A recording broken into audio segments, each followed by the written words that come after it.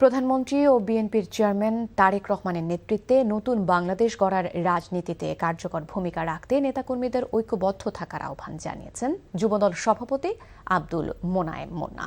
সকালে নয়াপল্টনে বাংলাদেশ জাতীয়তাবাদী যুবদলের সদ্য ঘোষিত পূর্ণাঙ্গ কমিটির নেতৃবৃন্দের মতবিনিময় সভায় তিনি কথা বলেন। তিনি বলেন, মব সন্ত্রাস করে রাজনীতিতে জায়গা নেবার চেষ্টা করলে জনগণ ভালোভাবে নেয় না।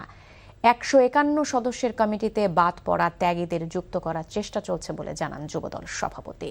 আর যুবদল সাধারণ সম্পাদক নুরুল ইসলাম নয়ন বলেন, তারেক রহমানের মানবিক বাংলাদেশ গড়ার স্বপ্ন বাস্তবায়নে কাজ করে যাবে যুবদল। যুব সমাজের জন্য একটি গ্রহণযোগ্য প্ল্যাটফর্ম হিসেবে যুবদলকে তৈরি করতে নেতাকর্মীদের প্রতি আহ্বান জানান তিনি।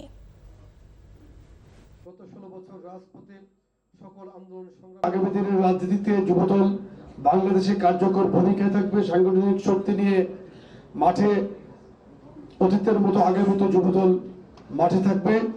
আমি সারা বাংলাদেশের সমস্ত নেতা কর্মীকে যুবদলকে ঐক্যবদ্ধ করার জন্য, কাঁধে কাঁধ মিলিয়ে কাজ করার জন্য আন্তরিকভাবে আহ্বান জানাচ্ছি।